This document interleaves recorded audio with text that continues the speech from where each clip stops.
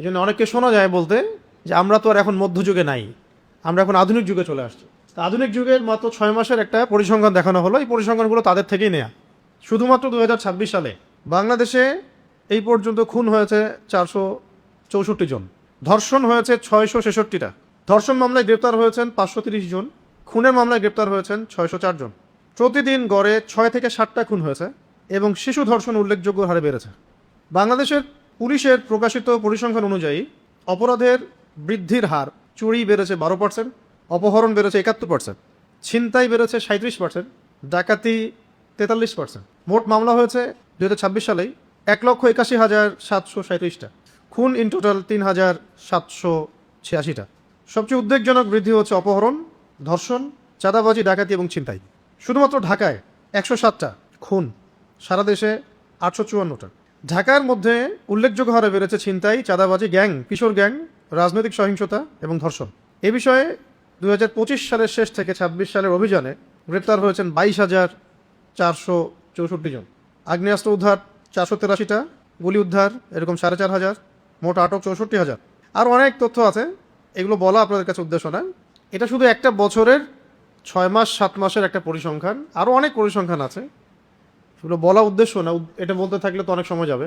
এত কিছুর পরেও আমাদের কাছে মনে হয় যে আমরা খুবই উন্নত আধুনিক একটা সভ্যতায় বসবাস করছি এবং নবী সাল্লাল্লাহু আলাইহি ওয়াসাল্লাম এবং সাহাবীদের যুগটা ছিল মধ্যযুগ, বর্বরতার যুগ, নাউযু বিল্লাহি মিন যালিক। এবং আমরা এখন আছি খুব আধুনিক একটা যুগে, উন্নত সভ্যতায়। আমরা খুব ভালো সুফি, দরবেশ, আল্লাহর ওলি। এই জন্য অনেককে শোনা যায় বলতে যে আমরা তো আর এখন মধ্যযুগে নাই, আমরা এখন আধুনিক যুগে চলে আসছি। তা আধুনিক যুগের মাত্র 6 মাসের একটা পরিসংখ্যান দেখানো হলো। এই পরিসংখ্যানগুলো তাদের থেকেই নেয়া, অনলাইন ঘাটলেই দেখতে পারবেন। আজকের আলোচনা বিষয় হচ্ছে মধ্যযুগ কাকে বলে, আধুনিক যুগ কাকে বলে, কেন আমরা এই যুগটাকে আধুনিক যুগ বলবো নাকি দাজ্জালের যুগ বলবো, আর কেন কেন আমরা মধ্যযুগটাকেই সবচেয়ে শ্রেষ্ঠ যুগ বলবো, বললে কেন বলবো। আর আল্লাহ রাব্বুল আলামিন আমাদেরকে কোন বিধানের আওতায় দেখতে চান। আজকে যদি আপনি আমাদের সমাজের পরিসংখ্যান ঘাটেন, আপনি দেখবেন আমাদের সমাজের প্রধান সমস্যা হচ্ছে শিরক, আল্লাহ পাকের সাথে শিরক করা। হয়তো মনে হচ্ছে আপনার কাছে আমরা তো মুসলিম, আমরা করি না, কিন্তু মুসলিমদের মধ্যে অনেকেই করে, মুসলিমদের বাইরে তো অমুসলিমরা করছেই। ঠিক আজকে থেকে 1400 বছর আগে, 1500 বছর আগে যে আইয়ামে জাহেলিয়া ছিল, সে আইয়ামে জাহেলিয়াতেও মক্কার কাফের মুশরিকরা প্রধান যে পাপটা করতো সেটা হলো শিরক, আল্লাহর সাথে অংশীদার সাব্যস্ত করা। তারা লাত, উজ্জা, হুবল, মানাত এগুলোর পূজা করত। এখন আমরা হয়তো এটা করি না, মুসলিমরা, অমুসলিমরা করে। কিন্তু মুসলমান অনেকেই কালিমা পড়েও কবর পূজা করে, মাজার পূজা করে, আর অনেক শিরকের সাথে লিপ্ত, পশ্চিমা আদর্শের পূজা করে।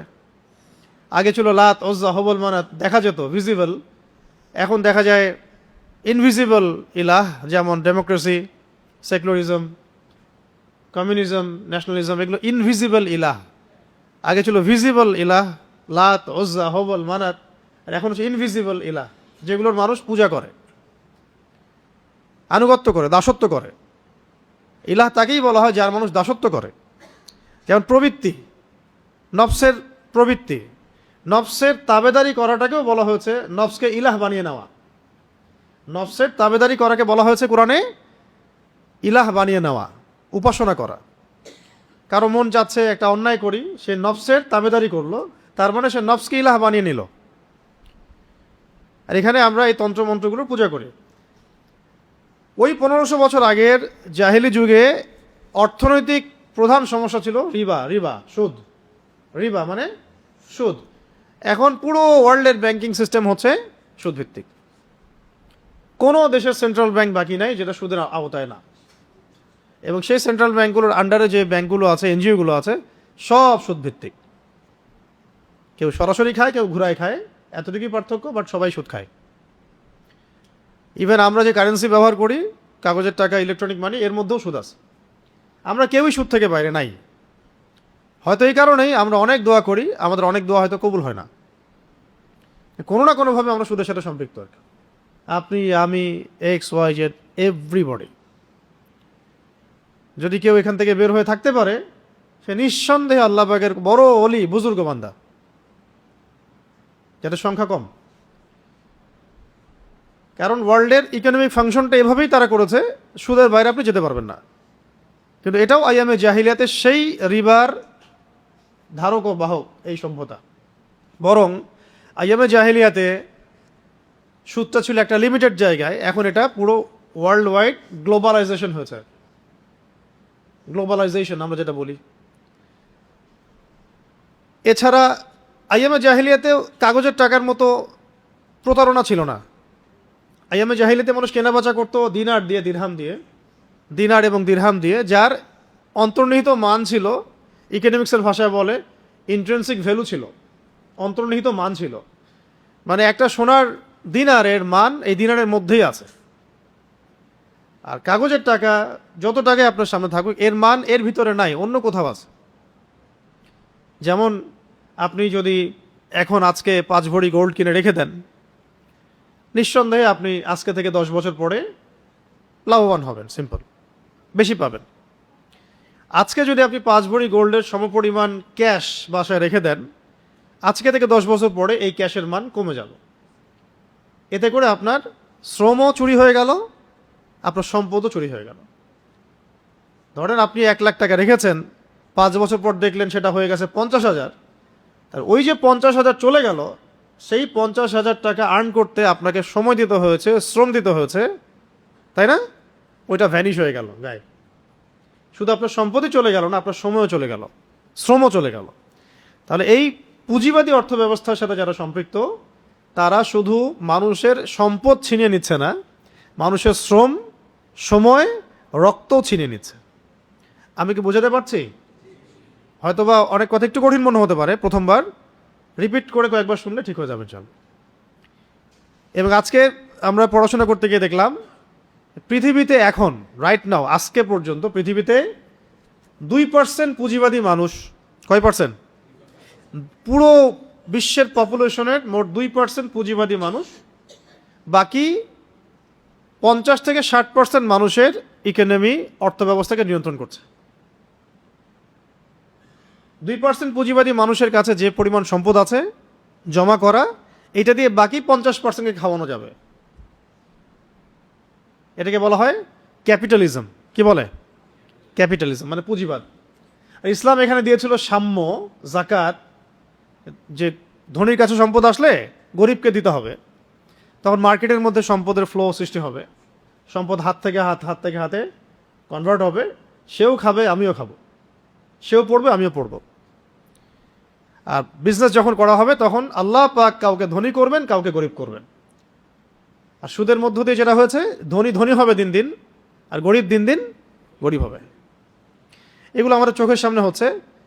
তা আমাদের এগুলো নিয়ে তো মাথা ব্যথা খুব একটা নাই। আমাদের মাথা ব্যথা হলো ওই যে হাত বাঁধবো কোথায়, তারপরে জোরে আমি, নাচতে আমি, তারপরে আমাদের মোজার উপরে মাসাজ করব, চামড়ার মোজা হতে হবে নাকি আবার কাপড়ের মোজা হলেও হবে।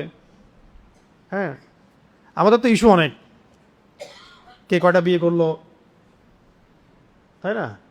কোন গণক কি বলল, কোন জ্যোতিষী কি বলল, এইগুলোই। তো এটা আসলে খুবই লজ্জার। জাতিগতভাবে আমরা কেন জানি এইরকম, এটা আমাদের জন্য লজ্জার, যে মূল জায়গাটার দিকে ফোকাস না করে আমরা পড়ে থাকি ডালপালা নিয়ে। এই সুযোগে কাফের, মুশরিক, মুরতাদ, মুনাফিক, যারা ইসলামের দুশমন, এরা এমনভাবে আমাদেরকে এখন পেঁচিয়ে ধরছে, একটু পরেই বুঝতে পারবেন যে আমরা এখান থেকে এখন আর বের হতে পারতেছি না। এখন রাইট নাও আপনি এখান থেকে বের হতে পারবেন না। আমি 1 ঘন্টা গলা ফাটায় বললেও পারবো না। আপনি যদি আমাদেরকে এখন এদেশের প্রেসিডেন্ট বানায় দেন, তাও পারবো না। যাকেই দেন সে পারবে না, যতক্ষণ পর্যন্ত না পুরো সিস্টেমটা চেঞ্জ হয়। এখন আসেন, এই যে রিবার ফিতনা, এটাকে আল্লাহ পাক কি বলেছেন? আল্লাহ পাক বলেছেন, হে মুমিনরা শুনো, তোমরা আল্লাহকে ভয় করো, ওয়াযারু মা বাকিয়া মিনার রিবা, এই সুদের যে অংশটুকু আছে এটা ছেড়ে দাও। ইন কুনতুম মুমিনিন, যদি মুমিন হয়ে থাকো তাহলে ছেড়ে দাও। ওয়া ইল্লাম তাফআলু, তোমরা যদি সুদকে না ছাড়ো তাহলে ফাযানু বিহারবিন মিনাল্লাহি ওয়া রাসূলিহি, তাহলে আমি আল্লাহ পাক বলছেন আমার সাথে এবং আমার রাসূলের সাথে, মানে মুহাম্মদ সাল্লাল্লাহু আলাইহি ওয়াসাল্লামের সাথে যুদ্ধের ঘোষণা শুনে রাখ।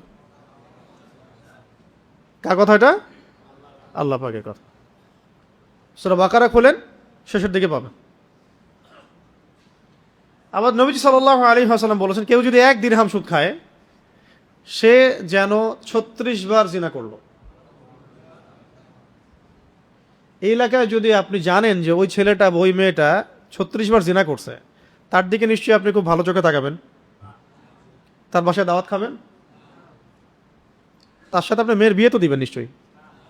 কিন্তু বাস্তবতা তো হচ্ছে ব্যাংকার দেখলে বিয়ে দিতে খুব মন চায় আপনাদের, তাই না? এটা বাস্তবতা। আর দিনদার ছেলে ফিরায় দেন, তোর তো কিছু নাই, টাকা নাই, পয়সা নাই, এমন মেয়েকে খাওয়াবে কি? ভাগ এখান থেকে, নাকি? ভাবটা এরকম না? আরও আছে, আরও ডেঞ্জারাস কথা হচ্ছে, নবী সাল্লাল্লাহু আলাইহি ওয়াসাল্লাম বলেছেন, নবীর নাম আসলে কি পড়বো? তিনি বলেছেন সুদের পাপের 70টা শাখা আছে, তার সবচেয়ে নিচু শাখা হচ্ছে নিজের মাকে বিয়ে করা। আরও বলেছেন তিনি সাল্লাল্লাহু আলাইহি ওয়াসাল্লাম, 4 শ্রেণীর মানুষকে আমি অভিশাপ দিলাম। কি দিলেন? অভিশাপ, লাআনাত।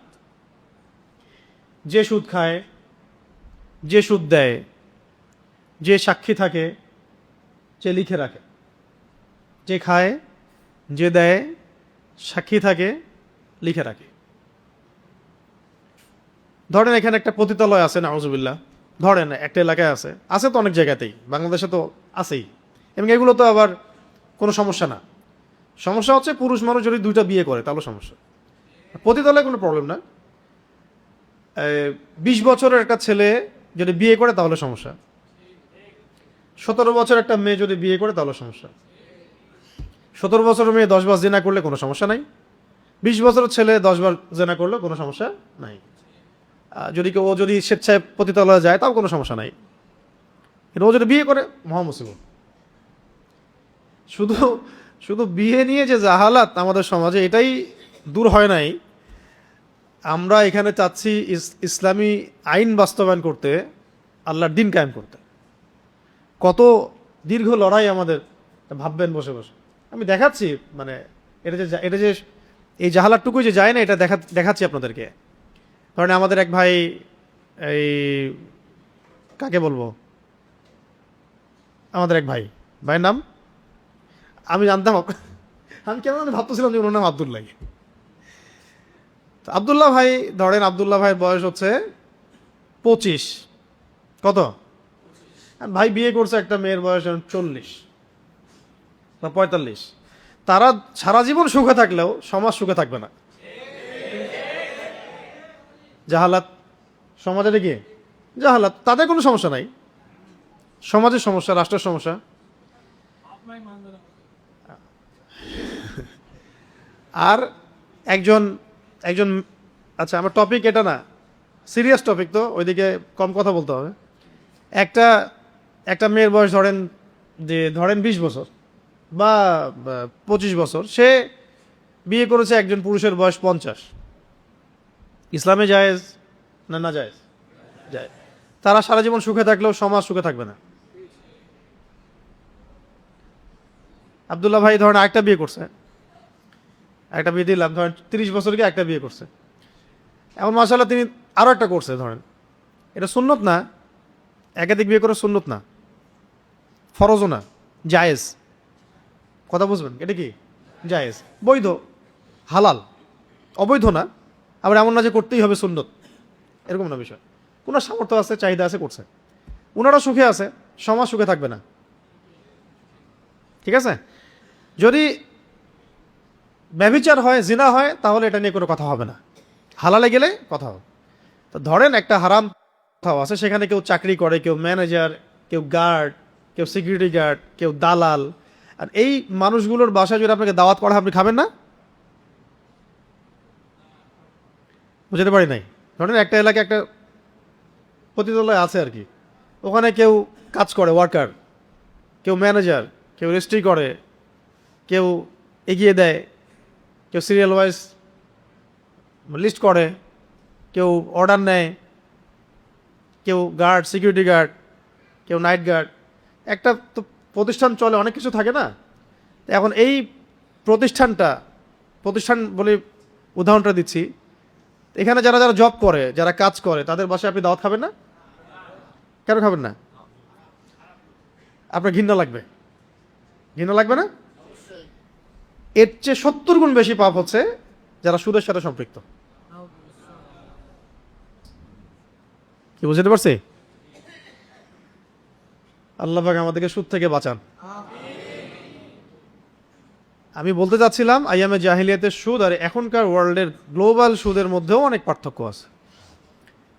তাহলে আমরা কি এই যুগটাকে খুব উন্নতি, অগ্রগতি, প্রগতির যুগ বলবো, না আসলে আইয়ামে জাহিলিয়াত বলবো?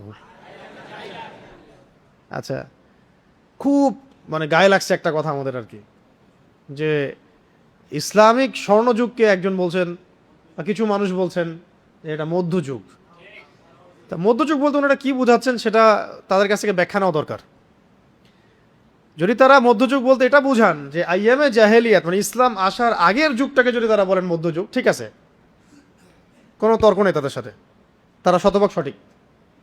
ইসলাম মানে নবী সাল্লাল্লাহু আলাইহি ওয়াসাল্লাম নবুয়ত পাওয়ার আগের সময়টা, আবু জেহেলদের যুগ, ওইটাকে যদি তারা বলেন এটা মধ্যযুগ, আমি একমত, আমরা একমত, অসুবিধার কিছু নাই।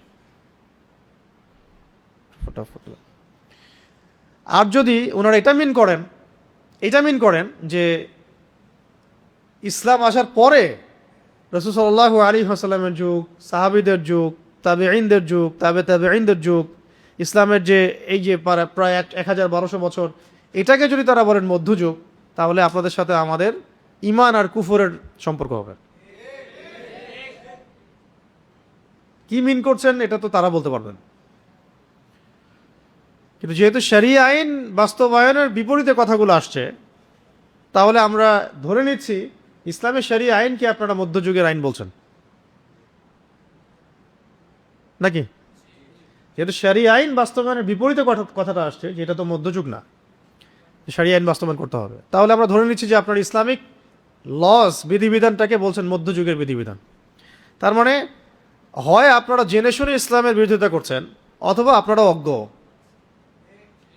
ধরে নিলাম যে আপনারা অজ্ঞই, কারণ যদি আমরা এটা ধরে নেই যে আপনারা ইচ্ছা করে ইসলামের বিরোধিতা করছেন, তাহলে তো মাসালা অনেক দূর চলে গেল। তা ধরে নিলাম যে ঠিক আছে, হয়তো বেচারা জানে না, আমাদের কাজ কি হবে? জানানো। কি কাজ? জানানো এবং প্রমাণ করা যে ইসলাম সর্বযুগের জন্য শ্রেষ্ঠ। ইসলাম চির প্রাচীন, চির নতুন, চির